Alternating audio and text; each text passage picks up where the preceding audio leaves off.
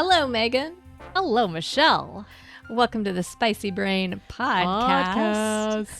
Where we are navigating neurodiversity. Woo, that was tough to say today. With curiosity, joy, and radical acceptance. High kick.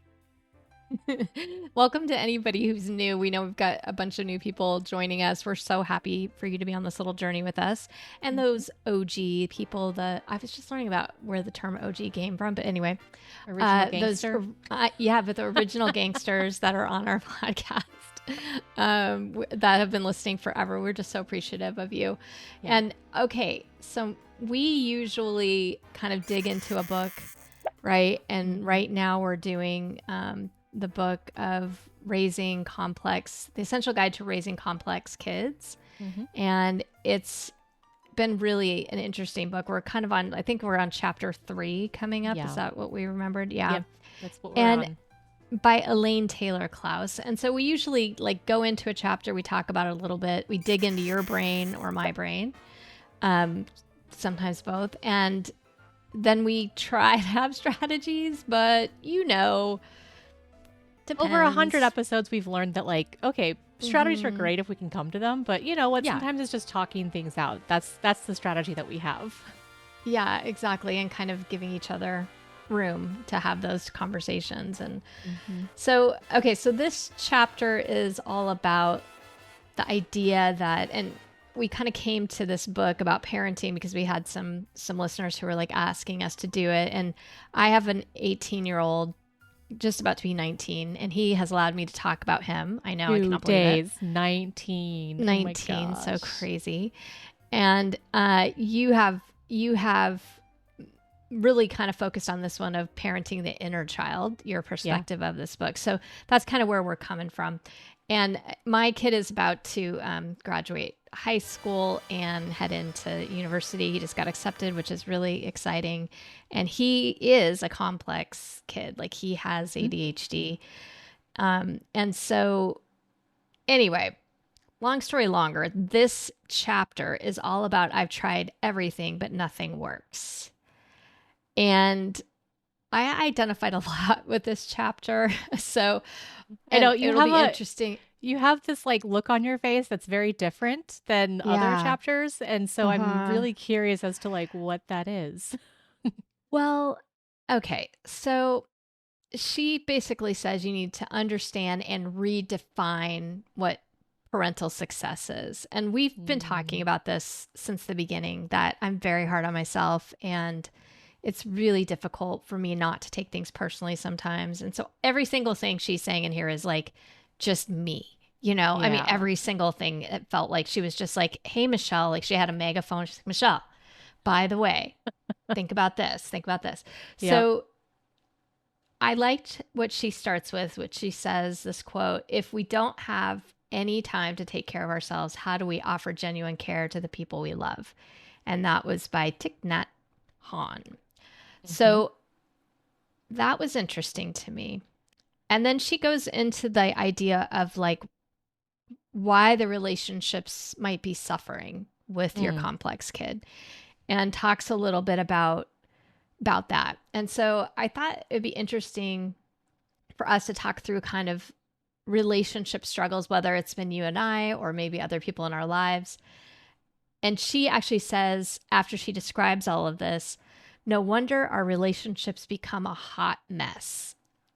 And oh my God, you just picked up a pug. That's so cute. I'm sorry. He has gotten himself donut. He's got a giant donut, literal donut.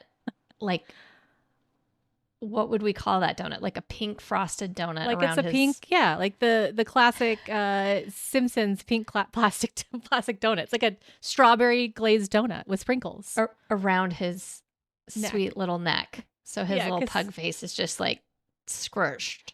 Squished. Oh my gosh. Okay. He's been scratching his ear. Sorry. He's been he's it's almost time for his food. And so he's getting a little antsy. You need to go feed him? No, I'm just going to put him on my lap and he'll be just fine. Okay. So ADHD, it's real. Total. It happens. But there it goes. You just got daisied. I just daisied all over us, you guys. Okay, so the idea though, with these relationships suffering is just struggling to communicate well with the Mm-hmm. people we love.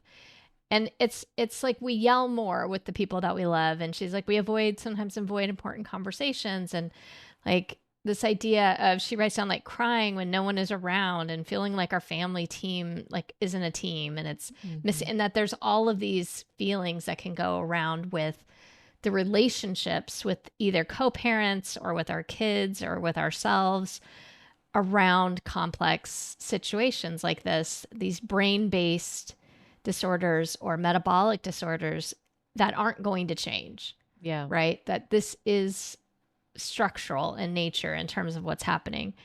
And usually it's like these unmet expectations and just like difficulty managing like daily logistics. Mm-hmm. And this one I thought was interesting because I've talked to a couple of my mom friends who have complex kids about this fear for our children's future. Yeah. Like this actual fear that they're not going to be able to manage their lives going forward, and we're coming from this place of fear. So I don't know. I just didn't know if any of those things kind of like pinged when I said them to you. Well, as I was listening to the book, this chapter, the thing the fear of like, I know you've talked to me about you and like others having this fear that your kids aren't going to be successful. Mm-hmm. And the thing, and I was hearing that in the struggles that she was talking about in the book, and then Mm-hmm. I thought of like myself, because like I Mm. really have struggled and it's been hard, but like, I also am finding my way in my own way.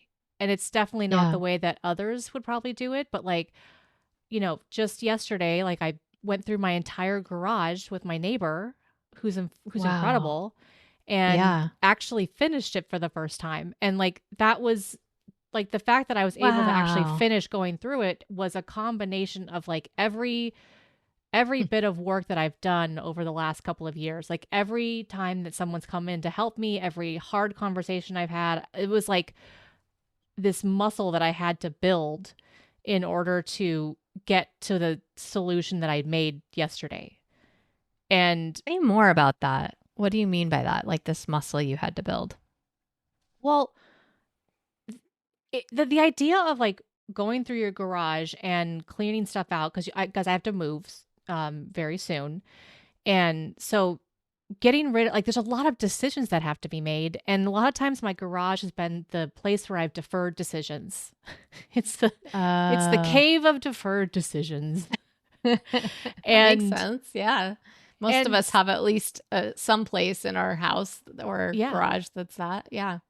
And so like it's been just a really hard thing for me to get through. And so like in order to get to that place of like what I did yesterday, I had to start off just by like so my neighbor offered back at Christmas time to help me. And I realized like I had Oh. been putting off her letting her help me for almost 2 months because I was scared to tell her that like I struggle with this, and I struggle like when I get into these situations, in the past, like, historically, I will shut Hmm. down. I quit. Like anybody who's been listening to this podcast for a while knows that like during that time frame, it's really, really challenging for me. And I was Hmm. really vulnerable to tell her and to show her that. So Mm. I like literally invited her over and I was like, okay, so here's what I'm concerned about. And I had to like be honest with her and talk to her first, just to say like, hey, this is my fear and I don't know what it's going to be like, and I'm really grateful for your help, but I don't know if this is like something that you really want to do, because this is what I'm worried about. And I just laid it out for her, like my struggles. And she was like, okay, like that's fine, like, and she was like, we can do that, like, we can get together on Saturday, and maybe we'll just get together and we're just going to look through and make a plan, and if that's all we get done, that's a huge win for us. And she's like, I have the time to help you if we get further. But like, it's sort of that idea of like, just put the coffee cups in the dishwasher, Megan. Start with the Mm. simplest task, right? So like, the first step was I had to like acknowledge that I struggle with this. And Yeah. then, we get there, and I told her, I was like, I need help. Like here's the vision I have for my life. I want to have less stuff, and it's really hard for me to get rid of some of this stuff. there's emotions and memories and just like, you know, this past self that I had. I used to love doing woodworking, and I'm not going to have a place to do woodworking now. And so it's really hard for me to get rid of like, you know, my T square from college, like that I had.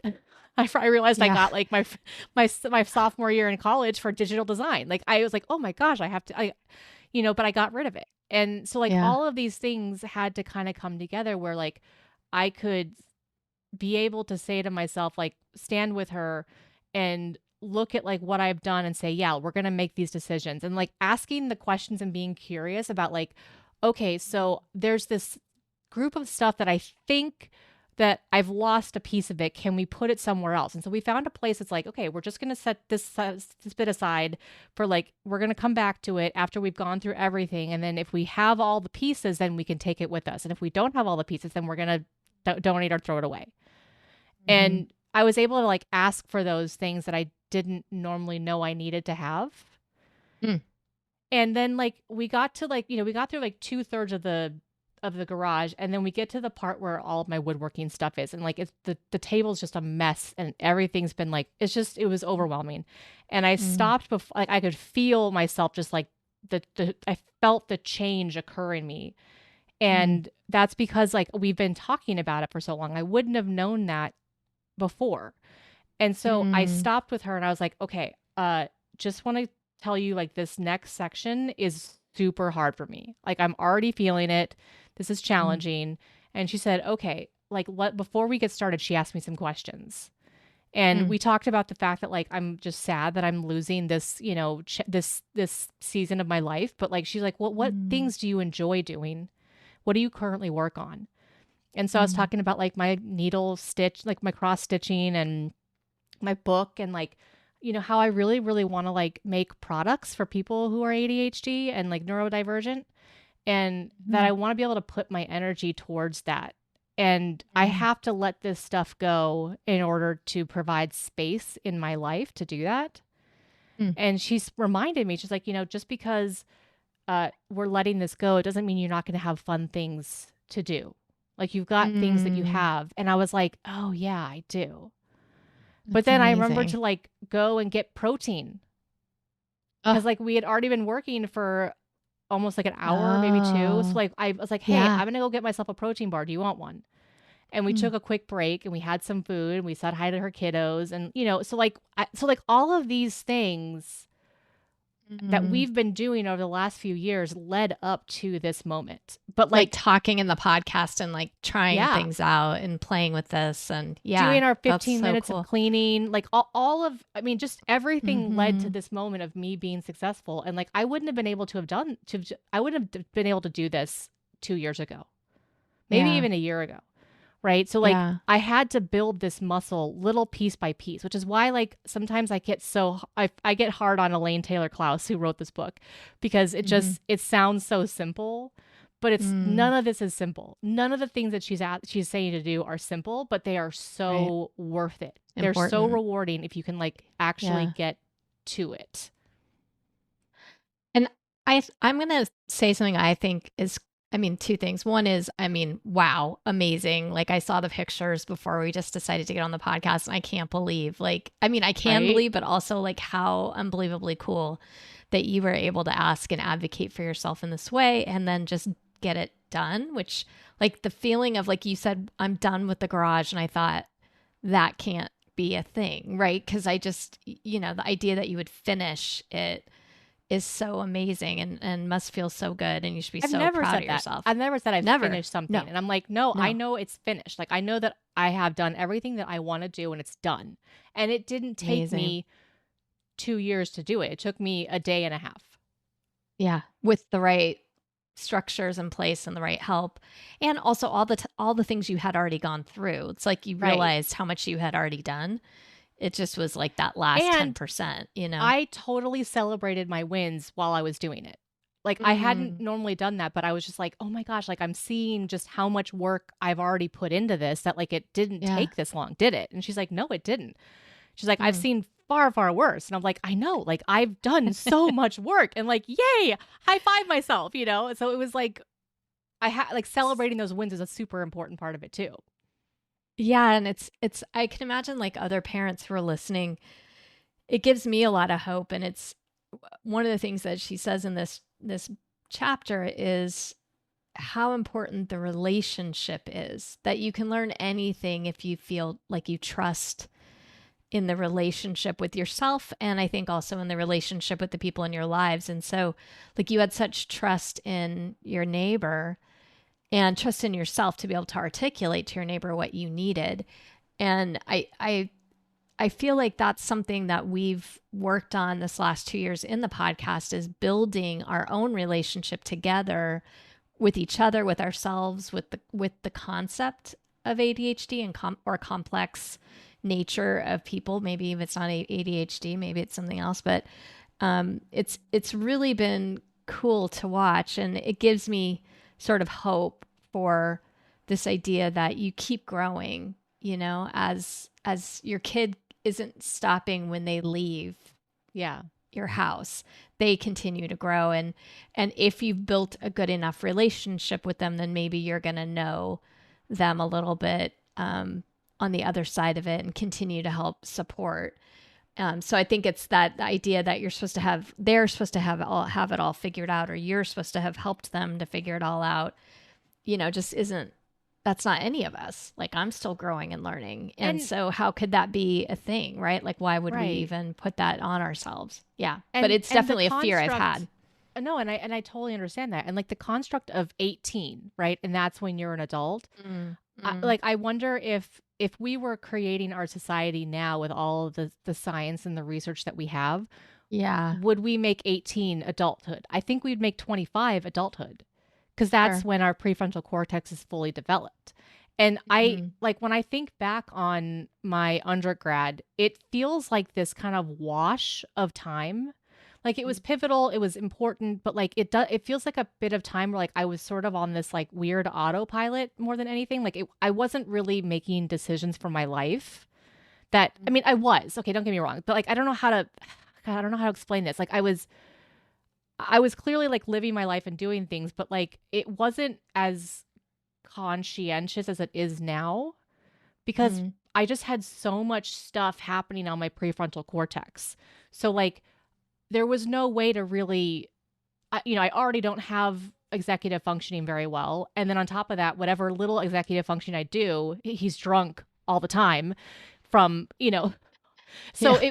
it's like I think there's a part of it where um it does take time, and like it might seem like I didn't I wasn't, I was not nearly as good of a student until I got into grad school, because I just Hmm. couldn't quite figure it out. And that's okay. Like I still figured it out as much as I could, but Yeah, you did very well in school, actually, but it just didn't feel it like didn't that it to you, never I felt think. like I did. I was. It always felt like I was drowning. It Hmm. always felt like I was, struggling. And yeah, because I think there was always this expectation that like I could have been better, or if I was just, Hmm. then it would be easier, as Right. opposed to like this is just who I am.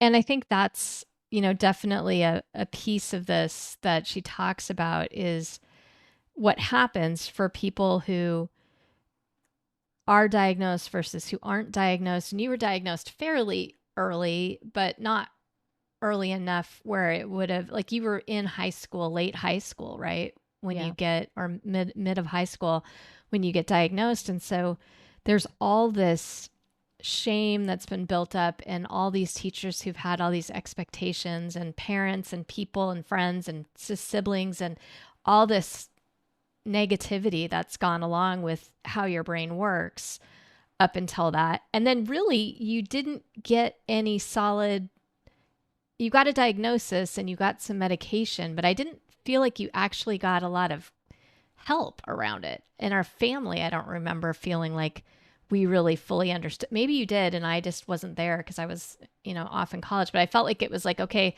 here's a prescription, but and maybe like there's extended time or something, or you get to be in a quiet room or whatever might have been needed. But it didn't feel Yeah. like there was an educational component to it as much.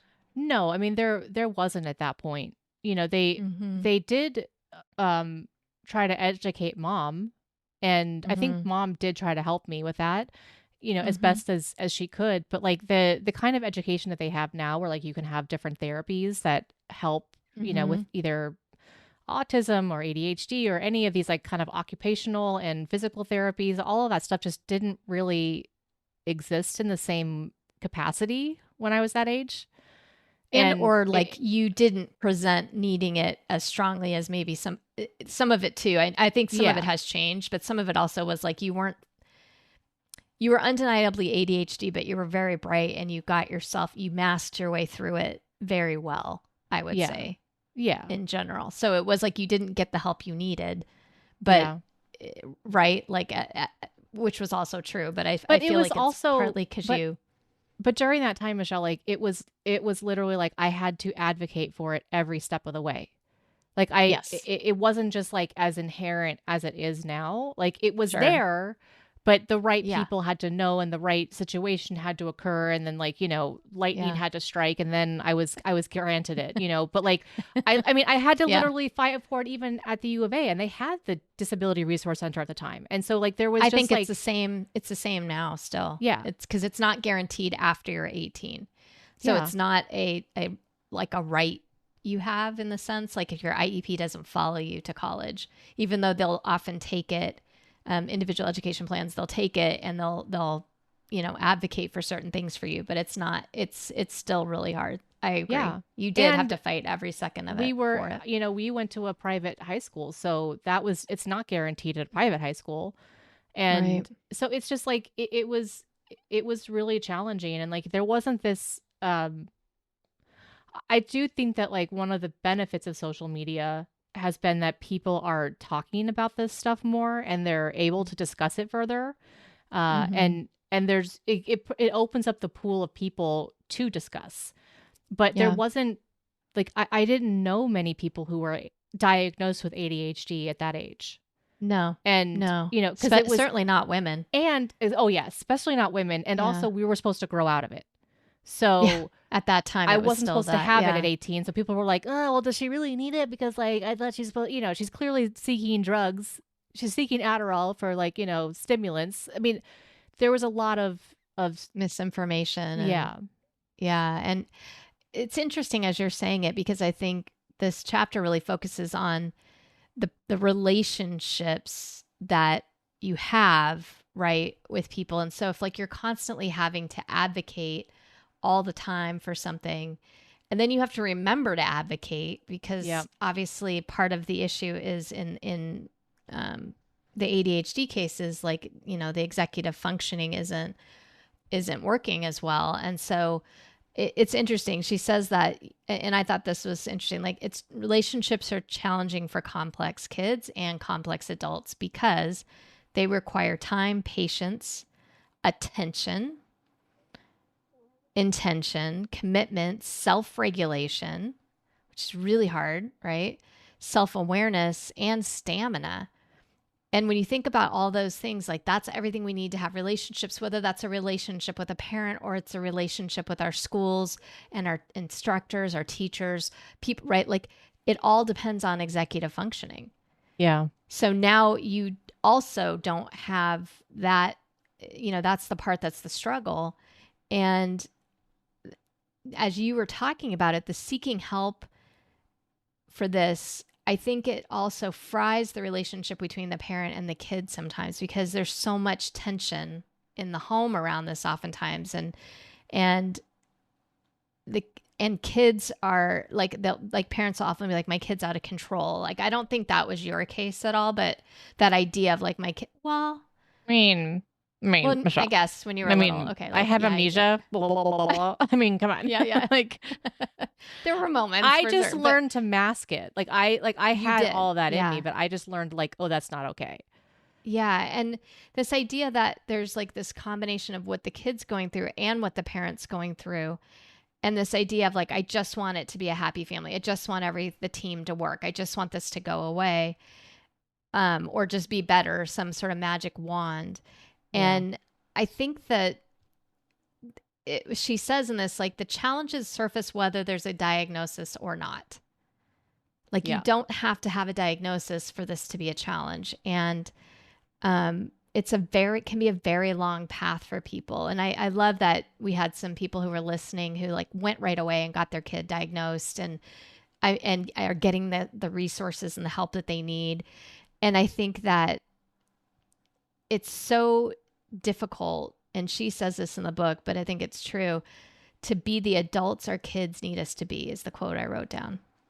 Yeah. Because whether you're talking about being the adult you need to be for your inner child or your actual child of like, that you're with, it's so hard to be, because we also have to be regulated and emotionally mature and all of those things. And so when she's saying this, I thought it was interesting, the idea of like, do you hold on too tightly because you're desperate for your kids to be successful, which is a definite one I hear all the time. And she says the consequence of this is that you don't let your kid develop resilience maybe without shame. Like if you're doing everything for them, like they have to build this resilience by sometimes falling or failing. And all the things we're sort of saying to them without saying it to them. And like also letting things go too soon because, oh, you just have to go figure this out. And then you're like missing the chance to guide and develop.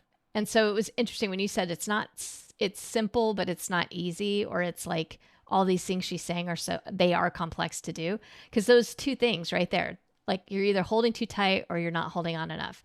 And I'm like, Yeah. well, then how do you know which one's which and when you should be doing which and not beating yourself up in the process, right? And Right. I wonder about that with our mom, like with such little education that they had and little support systems, and her having to go and advocate for these things with you potentially, like how does she know when to let go and when to hold on tighter, right? Like it just feels like an impossible task. I think that that's motherhood and parenthood is just an Yes. impossible task. It's Yes. like the hardest job ever. And I don't know exactly what mom, like, it'd be really interesting to talk to her about it. Yeah, I agree. We should have But her on the pod. we should have her, she should be our first guest on the Oh pod my for gosh. mother. Mother. Okay, well, Mother, will I'll you see if I come can. on our little pod? But what I can say is from my perspective, um, Yeah. she did let me fail a lot. Mm. And, and, you know, I think that like what I can, I mean, I can't really, okay. When, when I talk to my therapist, she says you don't always have to know what's going on, but your body knows. Like your body Mm-hmm. remembers everything. And like Yeah. my body, what it remembers is that I had, like, especially in college, like I had to fail sometimes in order to figure out how I didn't want to live my life as much as wanted, how I wanted to live my life. Sure. And my failures were sometimes the greatest opportunities for me to assess and to learn. Mm-hmm. And that, like, that is the one thing I think that she did a really good job of, is just like letting me fail. Mm-hmm. Like, I mean, why she did it, I don't, that's, we'd have to ask her. But like, I Well, did, she like, did deal with a lot of incoming freshmen, so I think there was an element of like, I know you're gonna have to go. You're gonna play on the freeway sometimes, yeah. And like, and hopefully not too much, right? She did come in if we were really struggling, but yeah. yeah, I mean, that's the thing, is like, I think there kind of comes a point of like, well, what's the challenge? Like, is the challenge that you need a bed and you just don't have the money Mm-hmm. for it? Okay, I'm going to come in and help you with that.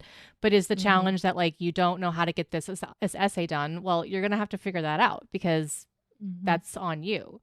And And I think it's also the motivation or the intention behind it. Like, are you doing this or not doing this because of something you yourself as the parent needs versus mm, this is for the kid? Like I'm doing this because I don't want other people to think my kid's not successful or something, right? yeah. That's a different reasoning. And the intention behind it, I think, is really one that you have to like sit with as well. Yeah, I, and I wonder. I think that like she talked about like you're always trying to help and nothing seems Mm-hmm. to help. Mm-hmm. And I see that, not just in myself, but also in like my relationship with Brian and like with other people. Like Mm-hmm. the people I'm Mm-hmm. really close to, like I really always am trying to help them. And I've had to recently just ask myself, like, well, why, like, if I wouldn't try to help people that I don't know unsolicitedly, like, why am I doing this with Brian? Or why am I Yeah. doing this, like, why do I do With this with somebody that I whomever, right? love? Yeah. And Yeah. I think it just kind of comes down to the fact that, like, that it's sort of like you kind of get, for me, I got complacent and like it just became easier. Like, it was like my default. And Mm-hmm. so it's like, I don't think I have to like, take time to really process like how to, like, how to like be with him. But I do. I have to like constantly remind myself, like, hey, I don't like when things change, I have to adapt with it. And it's really hard sometimes. And Okay, maybe just see if this makes sense to you. yeah, It's just a habit. Like yeah, some of it's just habit. You just get in the habit of asking them where their coat is or did they do this or did they do that or whatever. And you just get in this habit, and changing that habit is actually really hard. Like, can you talk about something else with your child? Can you talk about something else with your partner? Is it yeah, have to always be these tasks? And what was interesting is she brings up this idea of goodness of fit, that when you take time to get to know somebody and get curious about them at their new phase, right? Like hmm, Josh is in this new phase of like, mom, and he just said to me the other day, he was like, mom, he's like, I can manage my own schedule. Like I can manage myself. And I was like, okay, okay. And I was like, that sounds so great. And then like half an hour later, he needed me to help him with something, right? But totally fine, right? yeah, But I did realize like this like idea of goodness of fit, which is like that you're sort of appreciating their differences. You're appreciating whether they're impulsive or quirky or creative or whatever it is. And that you adapt to them and their changes and how they're changing. And like obviously Brian's retiring, so there's a lot of changes in his life. a lot of And changes I was happening. seeing him, what was it, last night? I think we were just Yeah, FaceTiming, and I was like, oh my God, you look like a totally different person. I mean, first of all, yeah, he's got a beard and his hair is longer, which he hasn't had all the time I've known ever, him yeah, ever. But I'm sure when he was a kid or something, maybe. But well, the beard, I hope he didn't have when no, he was a kid, but he has a good beard. But but I was like, he just looked relaxed. He yeah, looked happy and just relaxed. And I was like, wow, you're really, so that's going to change him. Right. yeah, And what is needed. And so it's like, we're always going through these evolutions. And I always feel like with Josh, anyway, the minute I feel like I've got one stage down, he's moved on to the next stage of his yeah, development. And but then I think I'm that way too. Like I'm in a different stage. I'm turning 52 and I've got, the beginning of empty nesting and all of these things, right, that are happening. So it really and is about not um focusing in on the differences or the challenges in a way that's the negative. It's like just being curious about them so that you can adapt and help them to adapt if needed, and mhm. be a good enough fit in line and parallel with them as much as you can. And I thought that Yeah. was interesting. And along with that, she also talked about how she talked about this like, time like when her kids were like laughing and giggling watching a show, and she was like, Hmm. she stopped it because she was over, like she wanted to there's to be some task that needed to get done that didn't Yes. need to be done at the time. And the thing that Yeah. I thought about in that moment was that like when I'm overtasked, I need others to be productive. Mm. And this is exactly what's happened with Brian. Like, up until just recently, I've taken on a lot of the responsibilities in the house because he's been going to work and like the job has been crazy. And so like I took it on like, okay, he's doing this, I'm doing that. But like I would get, now that he's, got time, he's like, on his computer doing fun stuff. And then I'm in the house, like, just like getting frustrated, like, wait a second, like, why do you get to do fun things while I'm Yeah.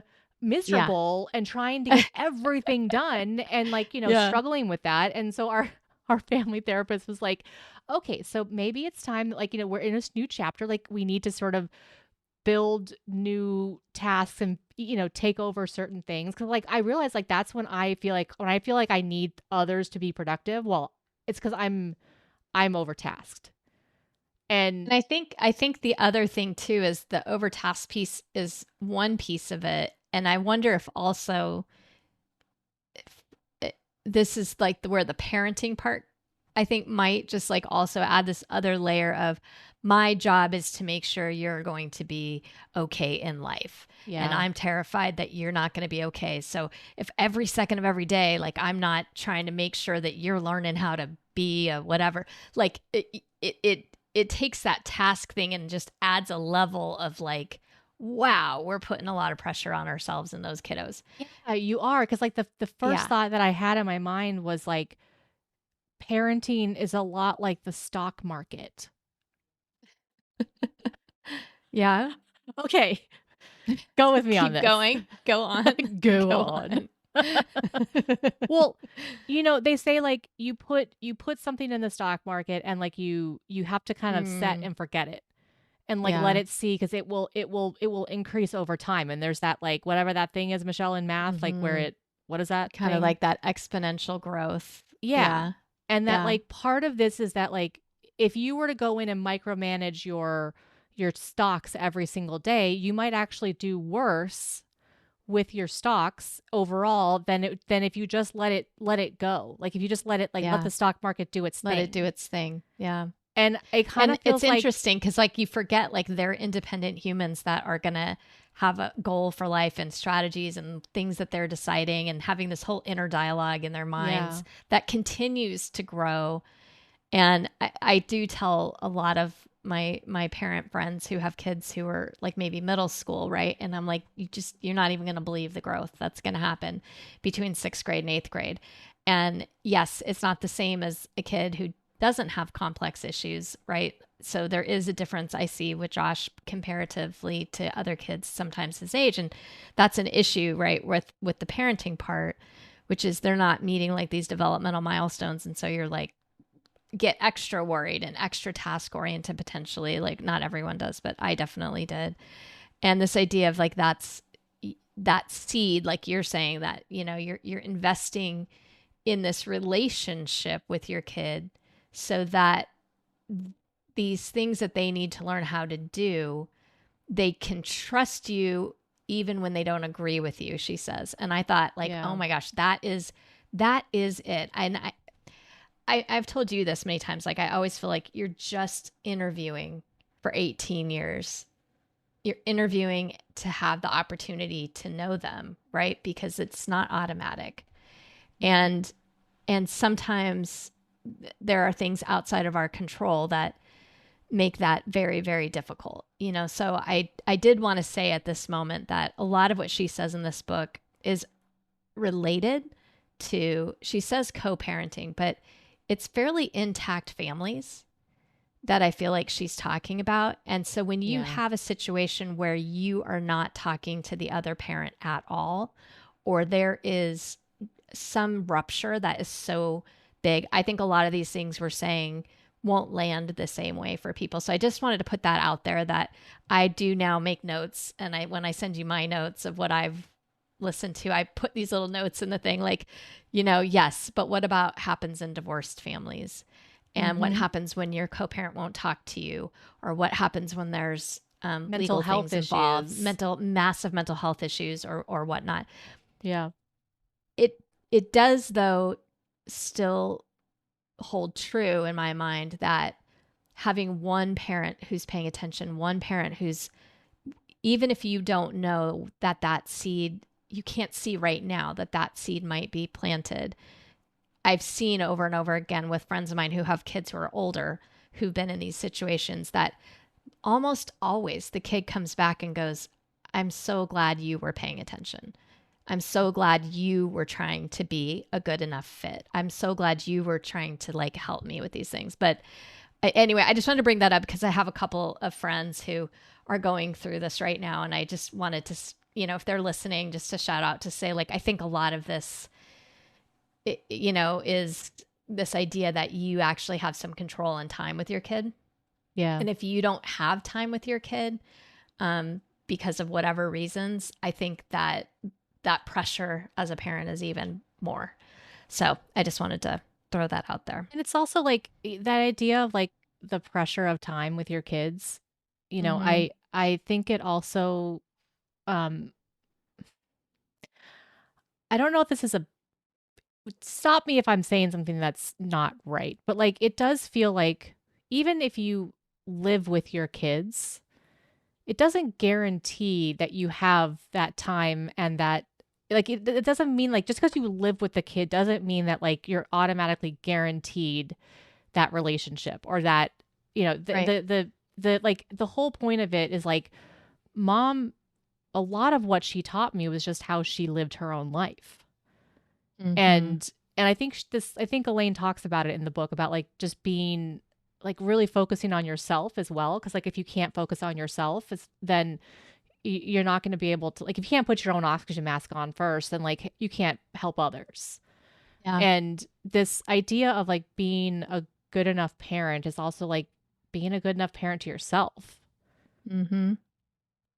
Absolutely. And I think one of the things she says in this is if you want something to change, so let's say you're coming to this and you're listening to this going, my relationship with my partner who has complex issues, or maybe I'm the one with complex issues, or maybe it's about my kid, or whatever the relationship is. And you're saying, it doesn't feel right. It doesn't feel good. It doesn't feel productive, or whatever that place is. And it feels frayed, is the way she talks about it. And I kind of liked that thought of like a frayed edge. And it's just not, it's something feels wrong about it almost in some ways. But that change starts with you. And I think that's true. She Mm-hmm. also then says, though, try not to judge what you've done up until now. And like, well, that's really helpful. Thank you. But I mean, it is. It's very helpful. But I did sit down today and I did have a conversation with Josh with this in mind of saying, I need to like, and I always use the word curious now as much as I can. I'm sure I'll come up with a better one eventually, but I'm like, I just need to be a little curious with you right now. I'm seeing like you're going in senior year, you're finishing up, and it's rough.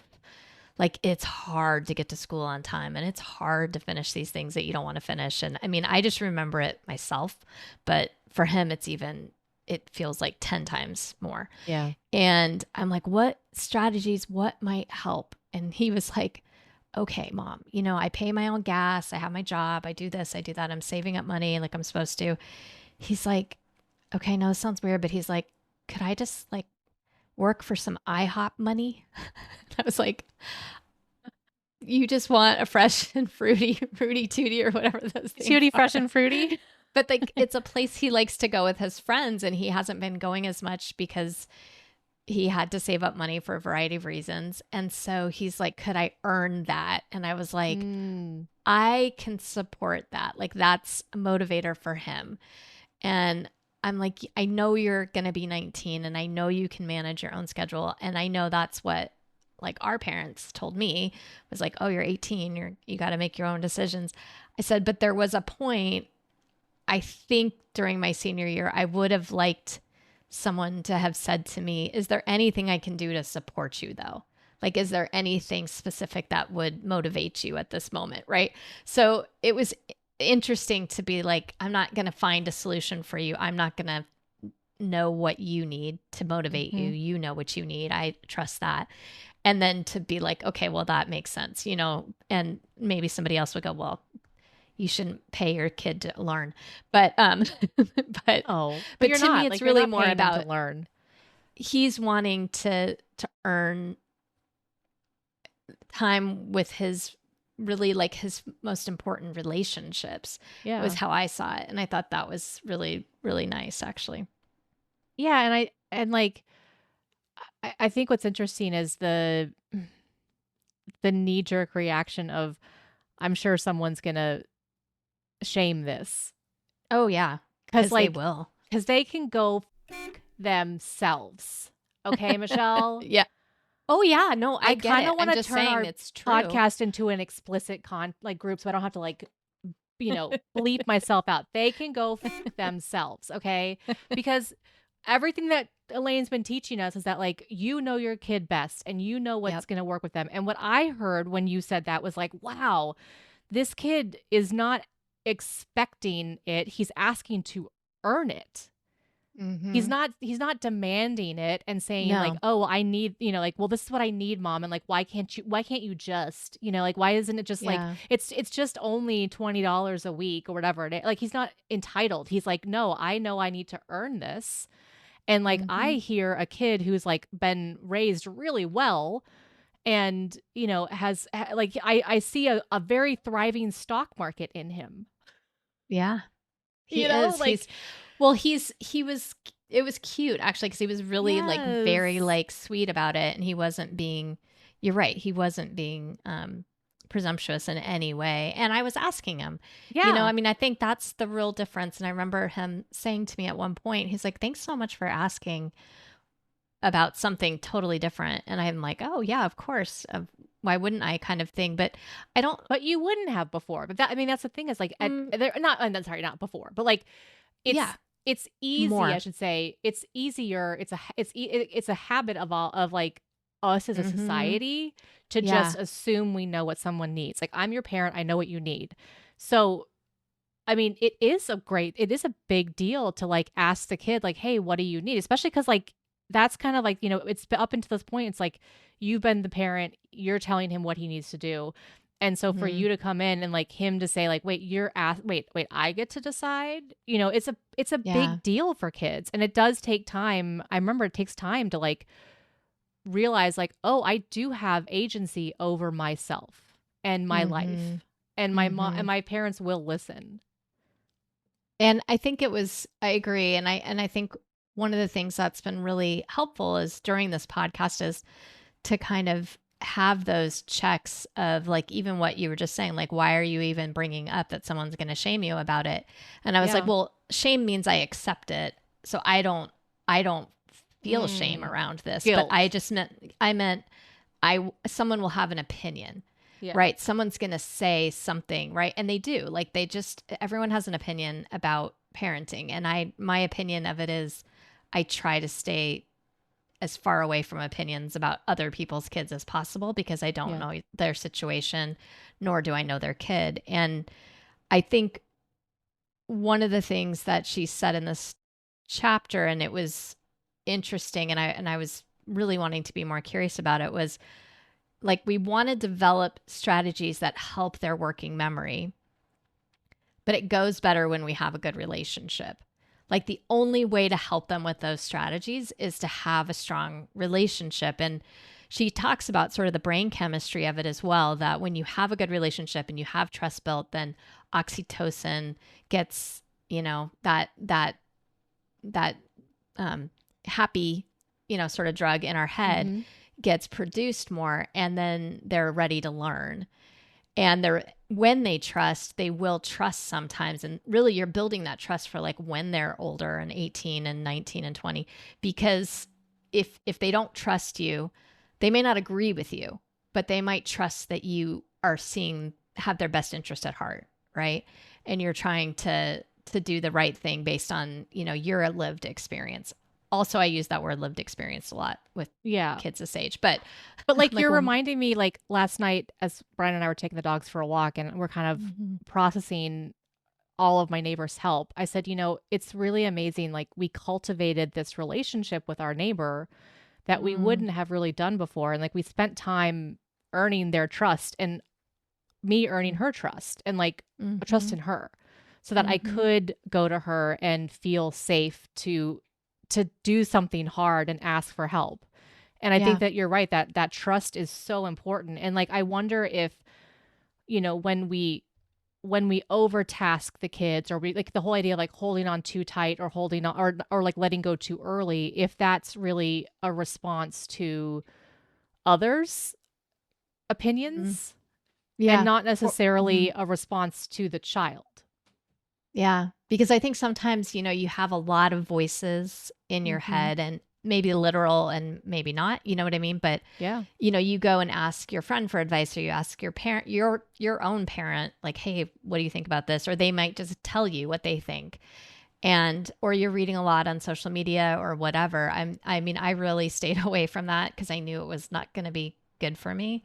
But I do concede the benefit of it as well. But for me, it was just, I knew I was going through a lot of hard things that I didn't necessarily want to be public about as Yeah. well. So I think there was an element of that for me. But I like that idea of what you're saying though, of why are we doing the things we're doing? And is it really because we're listening intently? Because that's part of relationships is listening.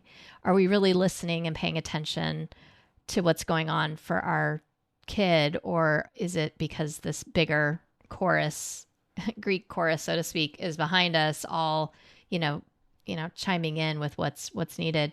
She And says in this, go for ahead. the women, I think out here, I think it's what it's bringing up for me is that um, society has a lot of opinions about us and about Mm-hmm. like us over our bodies, over our abilities. I mean, Brian said the number of people who, when his daughter was was being breastfed, like the number of people who had opinions about that and like if or when and how she breastfed. And it's like, didn't no one even asked for those opinions, but like they were just being given to her.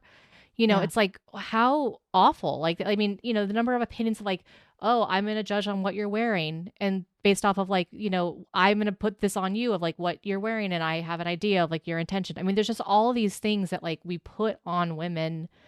And I'm sure there's men too that get this stuff put on them as well. Like, with being muscular and being, whatever their part of it is. Yeah. But like, there's all these opinions, like even just the fact that people will touch a woman's belly.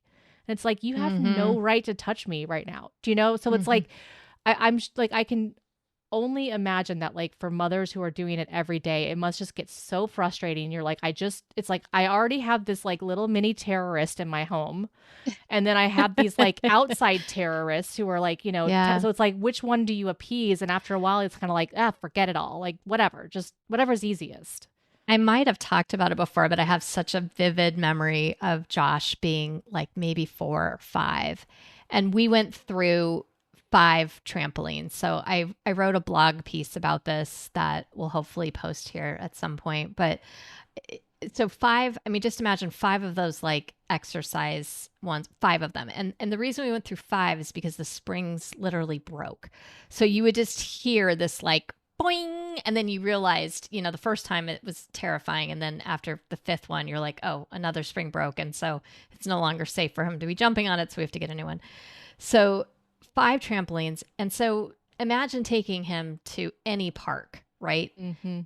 The energy was just unbelievable. And I always, again, tried to have things like if he was standing in line, we played a lot of games, or I was like, everything needs to be vertical, Mm-hmm. a vertical game. So I would like put my hand up and be like, okay, try to jump up and hit my hand or what, everything I could do to keep him not, intersecting with other people because he just didn't notice, right? He was just so excited.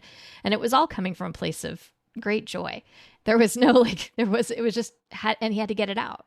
Yeah. And so I remember being at a McDonald's and I had taken him in the morning and he was just running up the slide, and just so excited, and then sliding back down, and then running back up or whatever. And I remember just vividly, this guy says to his son or somebody who was sitting next to him, "See, that's how you know they don't have a good mother." Yeah. And I remember like just having this, and I was the only mom sitting there. Yeah. Like all the other parents actually weren't in the space. They just like let their kids do whatever. So I don't know if he knew it was me, but eventually he did because Josh came over to me. Mm-hmm. And I remember having this feeling of like just anger, Yeah. like screw you, dude, right? Like that's kind of was how I felt. But I remember it. And it's like, so, how many things have people said to you over the years? You don't remember anything they Mm-hmm. said, right? And that one was so visceral. So I think there's just this constant, especially when you have kids who have a lot of energy, that you're being noticed and watched and judged. Yeah. And it's hard. It's really, really hard sometimes. And I think one of the things she says is being, this different type of parent, which was conscious Connie or Carl, So you know how she likes these. She loves her names. She loves the her names. alliterations. Yes. Loves it. But that idea that you have an awareness that life is sort of chaotic and you're doing the best you can and you're saying that to yourself regularly, you have this like immense gratitude in life. All these things were really funny to me because I was like, of course, this is what you want to get to, but it did sound a little unicorn like. This bring it on attitude, like tackling challenges with grace. And this is my life, and there's so much that is good about it. I wanted to add to this though. I think conscious also is saying, I'm struggling right now, and that's okay too. Like, this really sucks today. Yeah. Today is really hard. I had a really hard time with my kid today. And that part I feel like is the part sometimes that like we're not supposed to say and that I don't hear her saying in her book yet. Yeah. Cause like as I hear a lot of times that like, you know, my mom was so strong all the time. Like she was always just the strongest person I ever met. And like, that's the badge of honor. And Right. it's like, I think sometimes the best strength that you can have is to admit that you're struggling. You know, Yeah. the strong, I tell men this all the time, like the strongest thing I can see a man do is break down and cry and be emotional about something because he's allowing himself to like feel. And I think Yeah. like moms especially like, but parents being allowed to like say, you know what, this is hard. Like this hard having like, I just need a moment to vent. And like, this is just really challenging. Yes, there's a lot of great things, but like, it is just day to day hard. It is hard to just like get them in the car and put them in the seat. Cause sometimes you just gotta go. You just gotta go and they're just not doing it. And I've seen moms, like a friend of mine, she could not get her kid to get into the seat, right? It just, whatever was going on. And this idea of in this moment, it's 110 outside, you're trying to get your, and they're stuck not being able to move because of course she can't like just throw them in the car anymore. Remember how we didn't have to have seatbelts? Well, anyway, they have to have seatbelts now apparently. So, get them in there and then, you're trying to like trap this like, very mobile animal at that point when they're 2 or whatever. And this idea that you not only have a really hard task that you have to get done with a kid who doesn't want to do that task, but now you're also a terrible mother because you can't do it. Because you're late. But you can't do it. Yeah. You might be late also, but like it's like you're sitting in the parking lot and people are staring at you. Yeah. And you're not able to get this thing done, whatever it is, right? And you're not able to get the kid. So what that means in that moment is like, how do you give yourself and the kid and that, like, maybe you just go back in the store. Maybe we just need to restart this whole thing. Maybe there's a lollipop that the kid needs to have and who the hell cares if they need a lollipop, right? And brush their teeth after, whatever it is. Like staying curious in those moments is so hard. And giving yourself grace to be like, it's okay that this didn't go, it's okay that I'm late. It's okay that whatever, right? It's all those things. And I just remember the feeling though. And I remember seeing moms and they're just like almost on the brink of tears.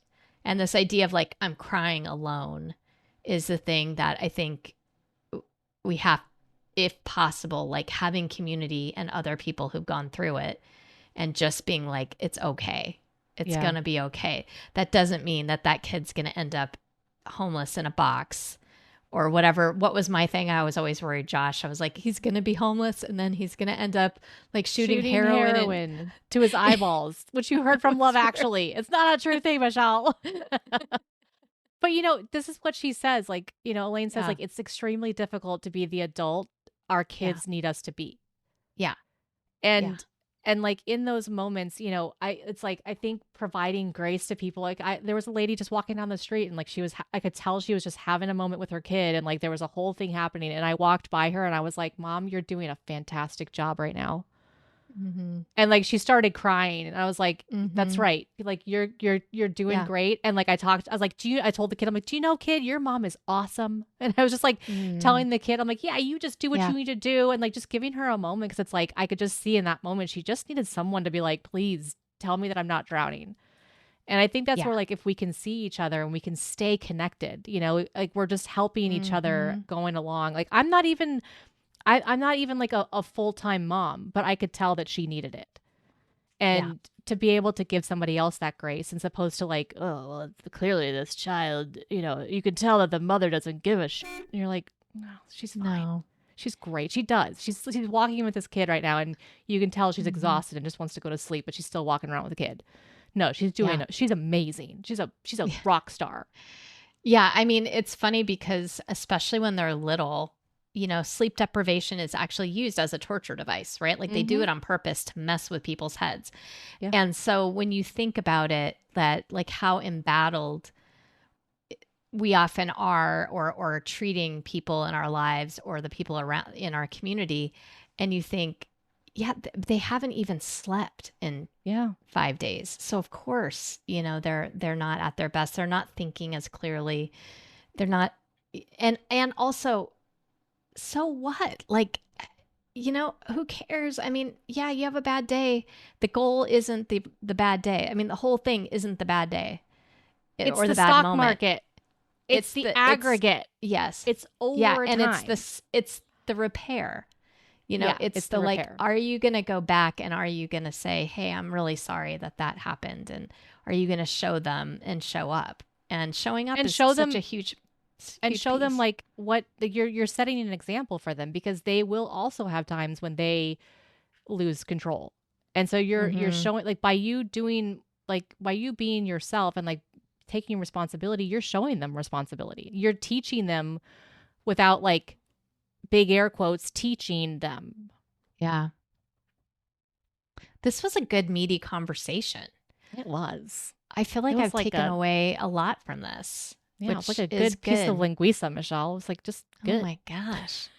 Oh my God. Sorry, my brain goes like, what's weird places.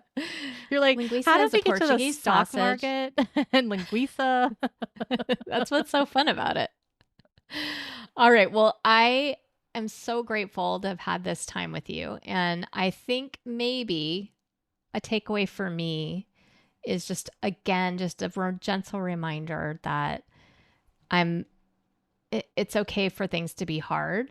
And it's also really, really important that I'm picking the relationship with Josh over the task that needs completing. And that's always a good reminder for me. The relationship. That's the most important thing. Mm-hmm. I love it. Yeah. All right. Well, I love you. Love you too. Bye. Bye.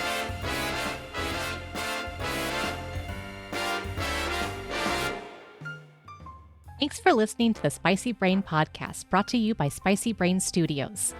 This week, we wrapped up Chapter 3 of The Essential Guide to Raising a Complex Kid by Elaine Taylor-Klaus. We talked about the moment so many parents reach when you've tried everything and you realize the support you're seeking might be for you as well. So next week, we're going to dive into strategies for becoming the parents our kids actually need us to be. We're going to focus on what we're doing right instead of always what we're doing wrong. We're going to navigate the epidemic of overwhelm, and we're going to learn how to not tie our sense of self to our child's hardest days. So make sure to follow or subscribe on your favorite podcast app. And if you're enjoying the show, leaving us a review really helps other neurospicy folks find their way here too. But until then, here's to a great end of the week. And remember to stay curious, joyful, with a whole lot of radical acceptance. High kick. I'll put your joyful in. I didn't realize you came back. I was just like, I'll just do it real quickly. That's fine.